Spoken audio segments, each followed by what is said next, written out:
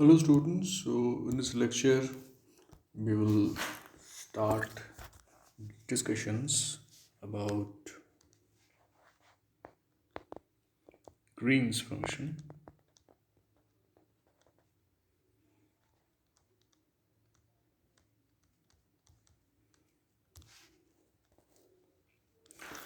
Before going to Green's function, we need to understand uh, the differential equations encountered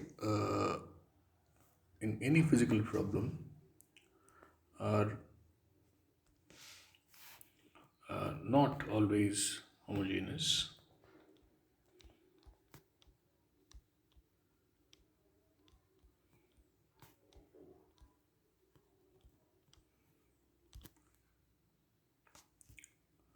And if you that means they are non-homogeneous, to be precise. And a very good example of this non-homogeneous uh, differential equations are Poisson's equation,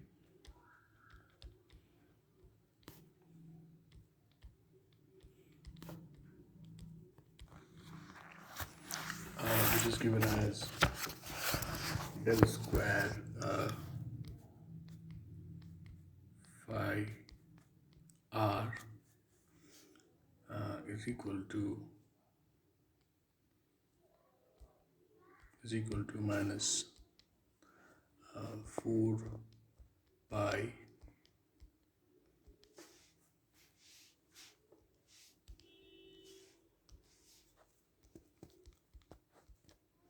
4 pi rho r, where this phi r, this is the electrostatic potential,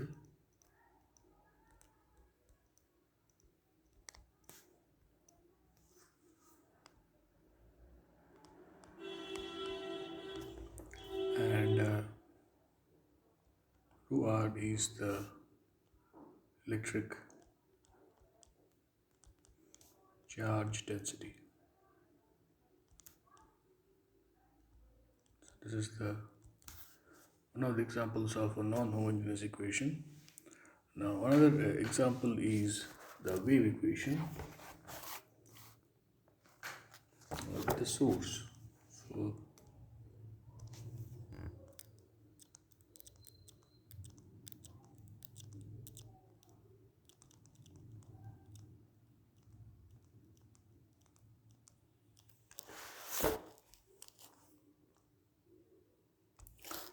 and that is given as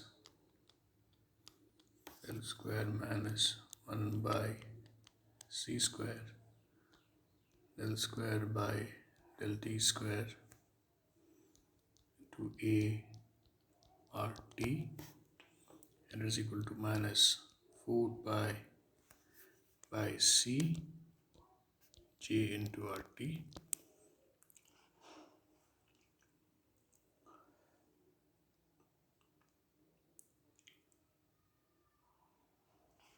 Now these are examples of non-homogeneous differential equations.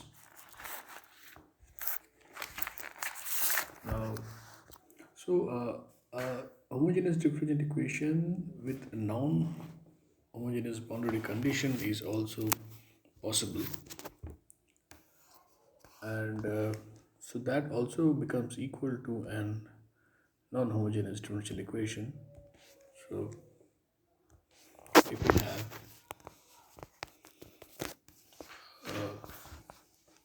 homogeneous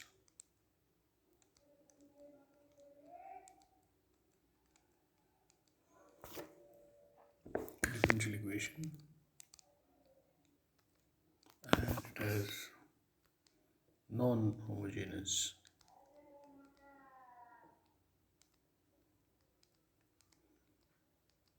boundary conditions,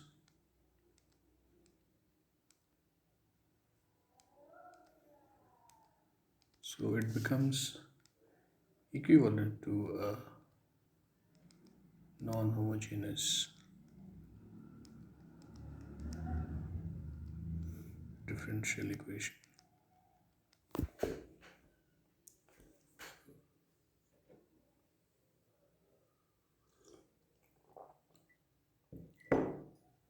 Now, what one can show is that each problem, whatever problem we may have,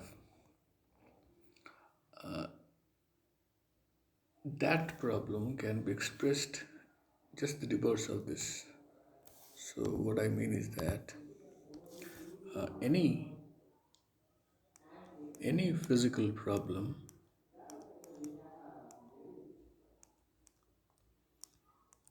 can be expressed as a non-homogeneous equation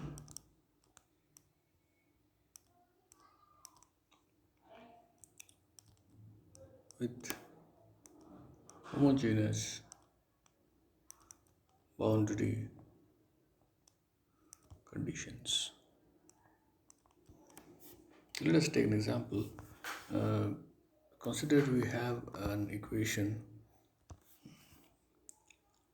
Ly is equal to 0, where L is a differential operator. Now, y is a variable and y satisfies a non-homogeneous boundary condition. So y satisfies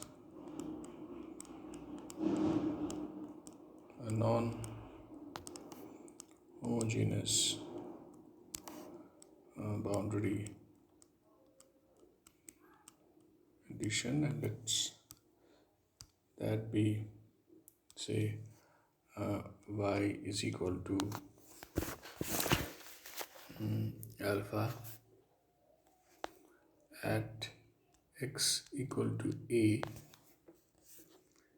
and y is equal to beta at x is equal to b. So what we can do here, we can convert this into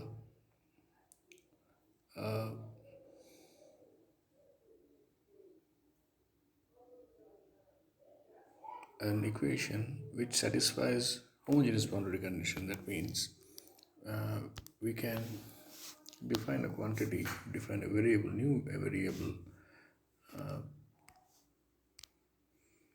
ux,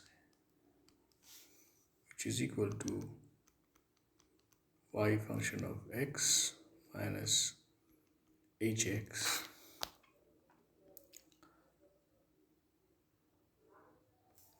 So the new variable will now become L. So instead of Ly, what we can do, so we had initially this equation, we had Lyx is equal to 0. So now instead of y, we will have ux plus hx is equal to 0. So that will give Lux plus LHX is equal to 0.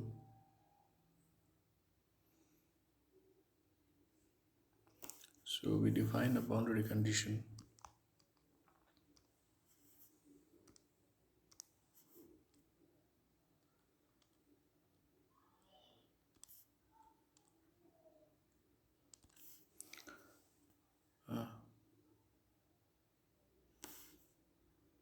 L of Ux is equal to Fx. So if we replace this here, so we have Fx plus LHX is equal to 0, and Fx is equal to minus L of Hx.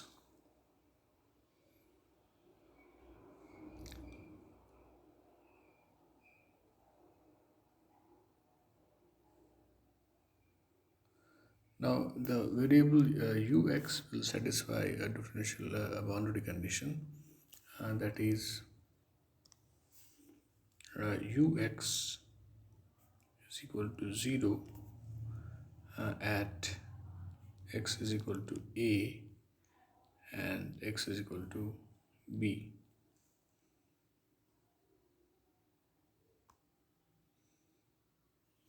But the differential equation is non-homogeneous. So if either the differential equation or the boundary condition are both non-homogeneous, or the boundary value problem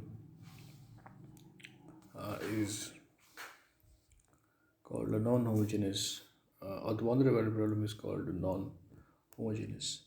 So the method of Green's function is a convenient technique for solving such problems. The function that we have represented by this fx is usually referred to as the source term. It's the source term, and one first finds the solution of a point source subjected to suitable boundary condition. So this solution is called the Green's function of the problem. So the solution of this source term equation, differential equation, is the Green's function of the problem. So the solution of a given source function can be expressed as an integral involving Green's function and the source. So let us see how.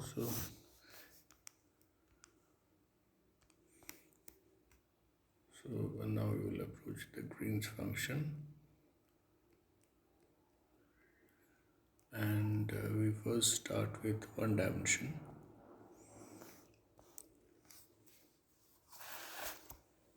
So we have the non-homogeneous differential equation as previously said. We have Lyx is equal to fx. So it is a non-homogeneous differential equation.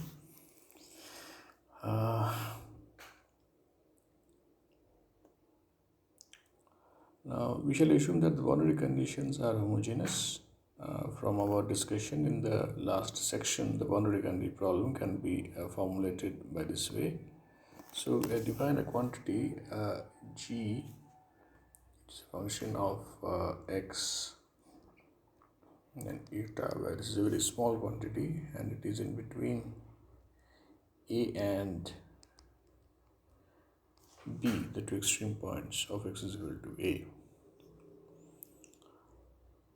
So the conditions that this function will satisfy, there are two conditions. First, it will satisfy the differential equation. That means L of gx eta is equal to, will be a delta function. This is the first condition, and second condition is it will have the boundary condition at x is equal to a and b. So gx eta will satisfy the boundary conditions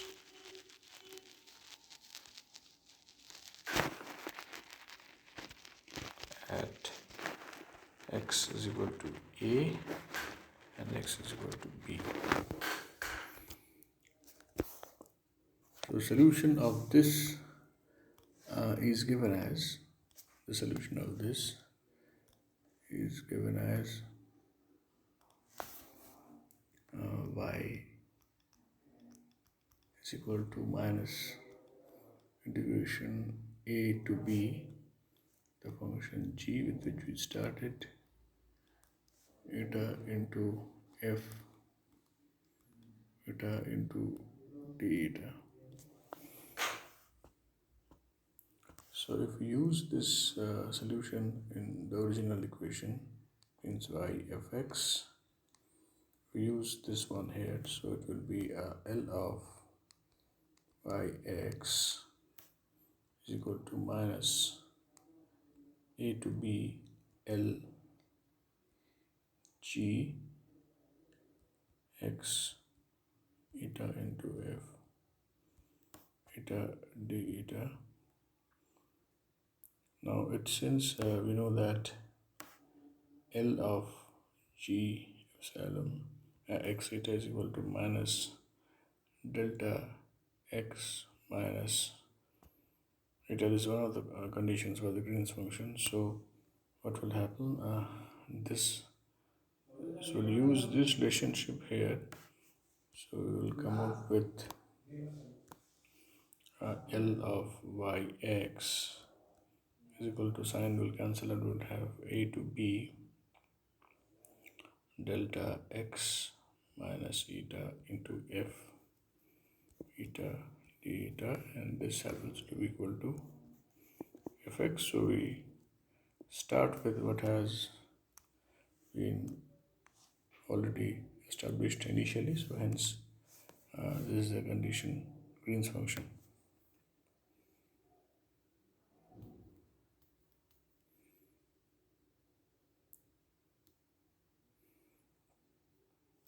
So this function is actually called the Green's function.